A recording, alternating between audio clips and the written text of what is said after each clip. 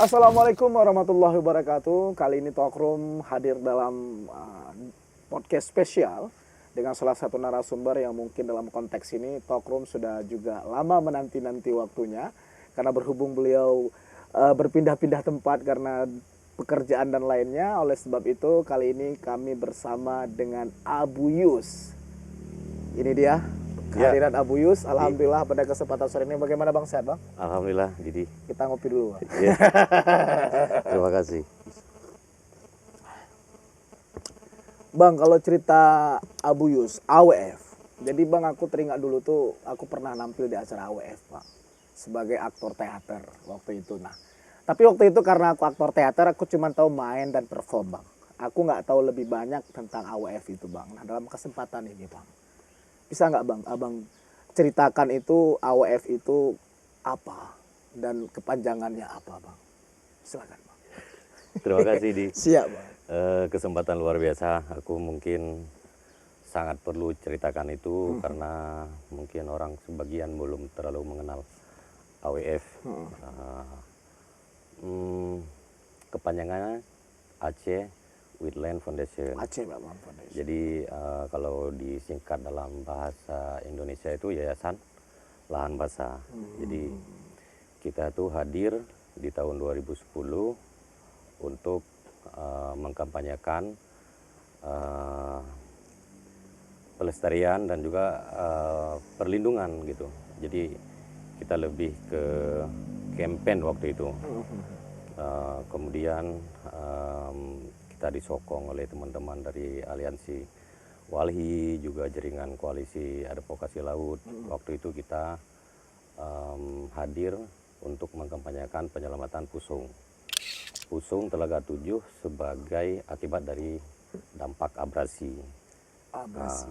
Saat itulah kita kampanyekan penanaman mangrove dan alhamdulillah didukung oleh Pemko Langsa juga tahun-tahun berikutnya. Ada banyak kegiatan sampai ya lumayan, ada sekitar 200 hektar bisa tertanam. Berarti Bang, kalau ada penanaman mangrove di Langsa dan kota Langsa kan termasuk memiliki lahan basah yang cukup luas Bang, dan juga lahan mangrove yang begitu luas juga.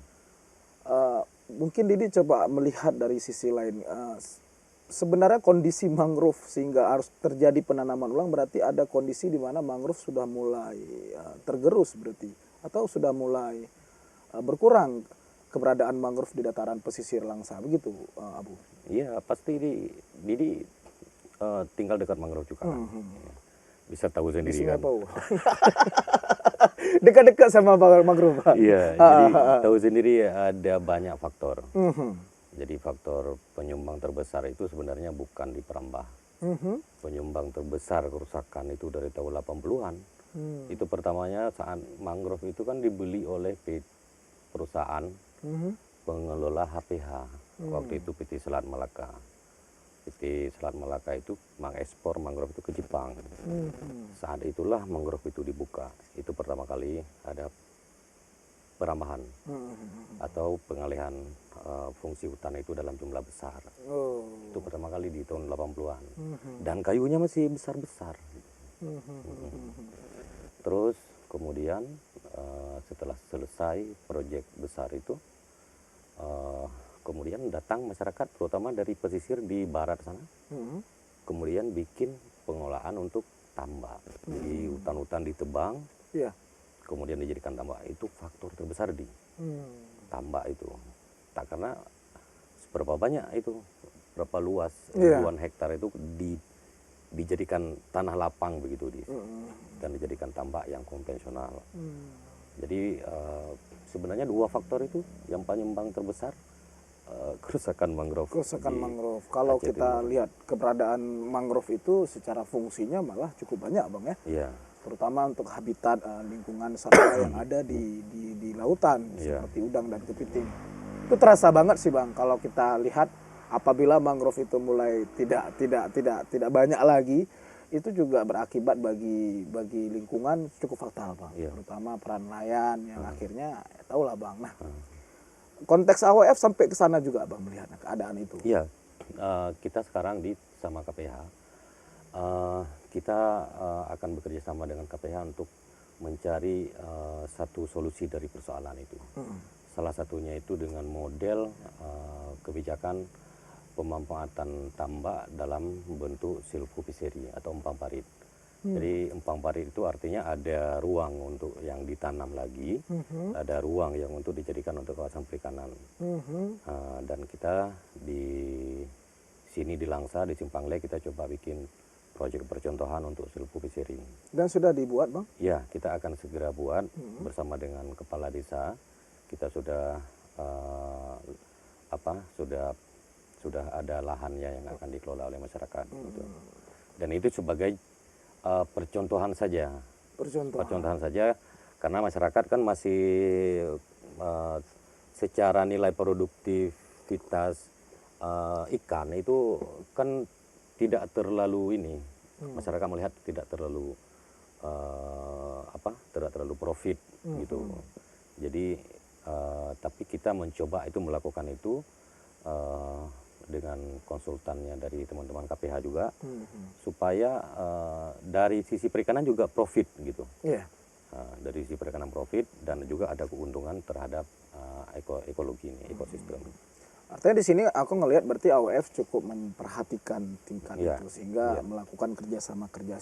Nah, selama AWF muncul hari ini, Bang, terobosan-terobosan AWF tentang pentingnya kehadiran mangrove itu ada nggak, Bang, kira-kira program-program yang sudah dijalankan dan yang akan dijalankan? Iya, sebenarnya kita bicara soal mangrove itu harus bicara pertama dari sisi perlindungannya. Sisi perlindungan di dalam kawasan hutan produksi maupun hutan lindung itu sebenarnya harus benar-benar diintervensi oleh pemerintah supaya ada model, Bang, harus wajib diintervensi supaya ada model pengolahan yang berkelanjutan. Di dalamnya itu harus ada. Kemudian pemanfaatannya ini, masyarakat sudah puluhan tahun memanfaatkan. Jadi pemanfaatan itu harus korelasi dengan kebijakan yang diciptakan oleh pemerintah. Ya, kemudian pemanfaatan lain.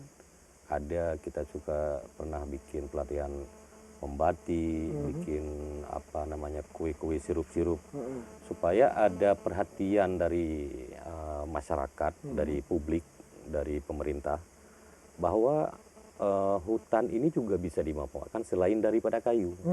Ya, apalagi di Langsa ini kan mangrove park Langsa itu kan udah menjadi bukti tuh. Kalau itu sudah jasa lingkungan itu sudah terbukti bisa kita jual.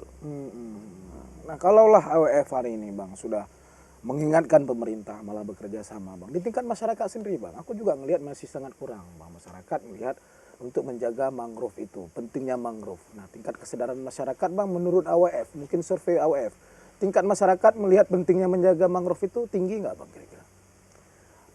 Kita kembali kita harus melihat bukan fakta sekarang, tapi prosesnya ke belakang juga harus kita kaji. Karena bagi kita itu, kita yang kerja untuk lingkungan itu melihat hutan itu sebenarnya dari dulu hidup masyarakat mengelola hutan secara kearifan lokal, secara adat. Tidak ada persoalan ketika masyarakat adat itu mengelola hutannya sendiri. Timbul persoalan kemudian ketika ada kebijakan tertentu dari pemerintah ataupun dari pihak-pihak lain untuk pengolahan yang secara tidak melibatkan masyarakat lokal, itulah yang jadi persoalan kemudian. Sebenarnya harus kita lihat itu. Harus kita lihat pelibatan masyarakat itu sejauh mana. Betul. Ya kan? Kalau pemerintah hanya bicara saja tentang ayo jaga lingkungan, jangan tebang. Sementara mereka nggak bisa makan dan tinggal di situ. Betul. Iya, buat apa, ya kan? Jadi kami melihat hutan itu lebih baik dijaga oleh masyarakat adat, karena memang mereka lah sendiri yang paham tentang bagaimana cara mengelola, memanfaatkan hutannya, ya kan? Tapi kalau sudah dalam bentuk komersialisasi, sudah bentuk dalam industri, ini mungkin akan mengabaikan hak-hak mereka. Iya betul. Nah kalau kita bicara tentang kebijakan pemerintah bang dan juga terlibatnya masyarakat. Nah aku sedikit bang, kita pernah tahu isu bang dan pernah kita mendengar isu bahwasanya di tahun 2006 kalau nggak salah aku BRRI itu sudah punya program untuk melakukan penggerukan jalur sungai yang nanti itu juga akan berkenaan dengan lingkungan bang. Nah ini kan kebijakan pemerintah nih bang. Dan saya yakin juga di situ potensi kehadiran masyarakat itu dihadirkan juga kayak dalam tanda kutip agak kurang nih bang. AWF melihat seperti apa kok di sini bang? Ya sebenarnya itu sudah pernah diwacanakan dulu tahun 2010, 2011 kalau nggak salah saya. Secara prinsipnya begini, kita sangat mendukung kebijakan pembangunan untuk memamorkan masyarakat, baik langsung atau tidak langsung itu kan. Dengan adanya lalu lintas pelayaran, ekspor impor segala macam. Seperti itu, pelabuhan Kuala Langsa hari ini. Dengan hidupnya pelabuhan itu akan menguntungkan masyarakat, menguntungkan pemerintah dan juga pemerintah di kawasan lain yang hinterlandnya dengan pelabuhan Kuala Langsa. Ada Aceh Timur, ada Tamiang, ada Gayo Luwes dan hinterlandnya itu ke sini. Jadi kita sangat mendukung itu. Mendukung dalam konteks. Sangat mendukung itu. Tetapi pada prinsip-prinsip kepentingan ekologi juga harus diperhatikan. Artinya jika sebuah proyek itu berdampak terhadap kerusakan ekologis, itu harus diperhatikan. Nah, kembali kepada soal pengerukan, kita melihat begini dalam rencana blueprint BRR itu tahun 2006-2007 itu memang disebutkan bahwa harus ada kajian khusus terkait dengan dampak yang ditimbulkan akibat dari proyek itu. Nah ini ya mungkin kita harus minta ini mungkin ke pemerintah untuk melakukan kajian itu dulu sebelum proyek itu dilakukan begitu. Nah, kita sangat mendukung itu sebenarnya. Karena kan satu sisi bang, kita bermimpi pelabuhan Kuala Langsa bakal menjadi pelabuhan yang membuka ruang ekspor impor. Dan kita beberapa bulan terakhir, tahun yang lalu juga malah diwacanakan ekspor produk dari pelabuhan Kota Langsa. Nah, wacana BRR ini akhirnya sinkron dengan program ini bang. Mau nggak mau kita melihat bahwasanya ada tingkat kedangkalan, malah kalau nggak salah saya bang. Sehingga memang harus dikerok tuh bang. Iya, nah, kalau seperti abang bilang ada kajian-kajian, pertanyaan saya bang, sudahkah dikaji bang? Sejauh yang kami ketahui kan sebuah kajian itu kan harus melibatkan semua elemen ya. Masyarakat yang paling penting, apakah mereka sepakat, setuju, ya kan? Masyarakat yang memiliki dampak langsung. Kira-kira bang, secara spesifik daerah mana nih yang langsung akan langsung berdampak? Telaga 7 misalnya. Telaga 7 kan berada di pintu. Ya, sebagai pulau terluar itu kan. Dan dihuni oleh 3.000 orang di situ. Dan ini juga harus diperhatikan terhadap dampak akibat dari proyek itu. Dan kajian itu mestinya harus segera dilakukan. Iya. Akan kemungkinan bang, proyek itu akan direalisasikan? Informasi yang kita tahu di media memang itu September sudah rencana untuk dilakukan. Tapi sampai sekarang mungkin masih dalam tahapan proses. Dan dalam konteks ini AWF tetap mendukung program itu selama dampak ekologi tadi tidak merusak lingkungan. Bang. Kira-kira boleh nggak bang Didi katakanlah AWF sudah mengingatkan itu bang dalam konteks mendukung. Dampak secara ringan yang bisa kami dengar nih bang, teman-teman di podcast. Ekologi ini kan bahasa seperti itu bang. Bisa nggak bang bahas dampak seperti apa sih bang yang sangat berbahaya dalam konteks kalau ini nggak ada kajian lebih dalam tentang penggerukan bang? Ya, dampak pertama itu mungkin di tingkat permukaan airnya ya, terhadap pulau Telaga 7 dan Pusung. Jadi kemungkinan besar itu bakal ada penurunan jika mungkin tidak ada tapi kalau dilakukan reklamasi dengan memiliki ketentuan-ketentuan tertentu secara teknis, mungkin saja itu bisa dilakukan. Tapi kan perlu sekali lagi kita kan tidak punya tidak punya pandangan saintis tentang itu, tapi itu perlu sekali dilakukan oleh para ahli ya, untuk dikaji itu sejauh mana itu memiliki dampak terhadap penurunan permukaan airnya itu nanti, supaya tidak setiap bulan purnama itu mereka akan kebanjiran. Iya, Itu betul, kan. betul. Oke, terima kasih Bang.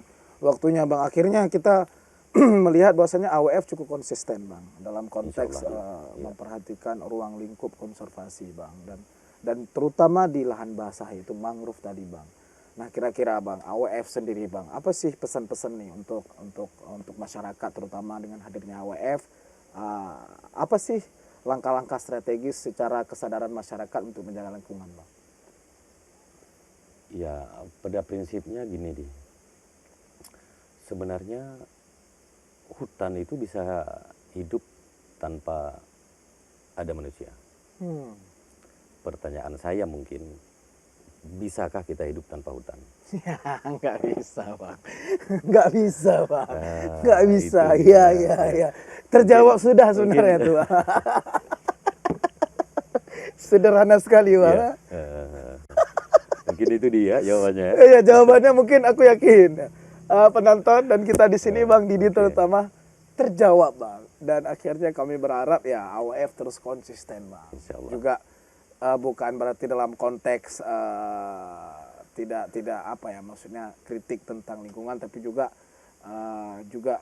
dalam konteks mengkampanyekan ini Bang kepada masyarakat Bang. Dan kita berharap AWF terus konsisten terus nih Bang ya. Semangat Bang ya. Iya, Ini kira-kira Bang untuk AWF sendiri Bang, selain di Langsa di mana lagi Bang pergerakan mereka Bang?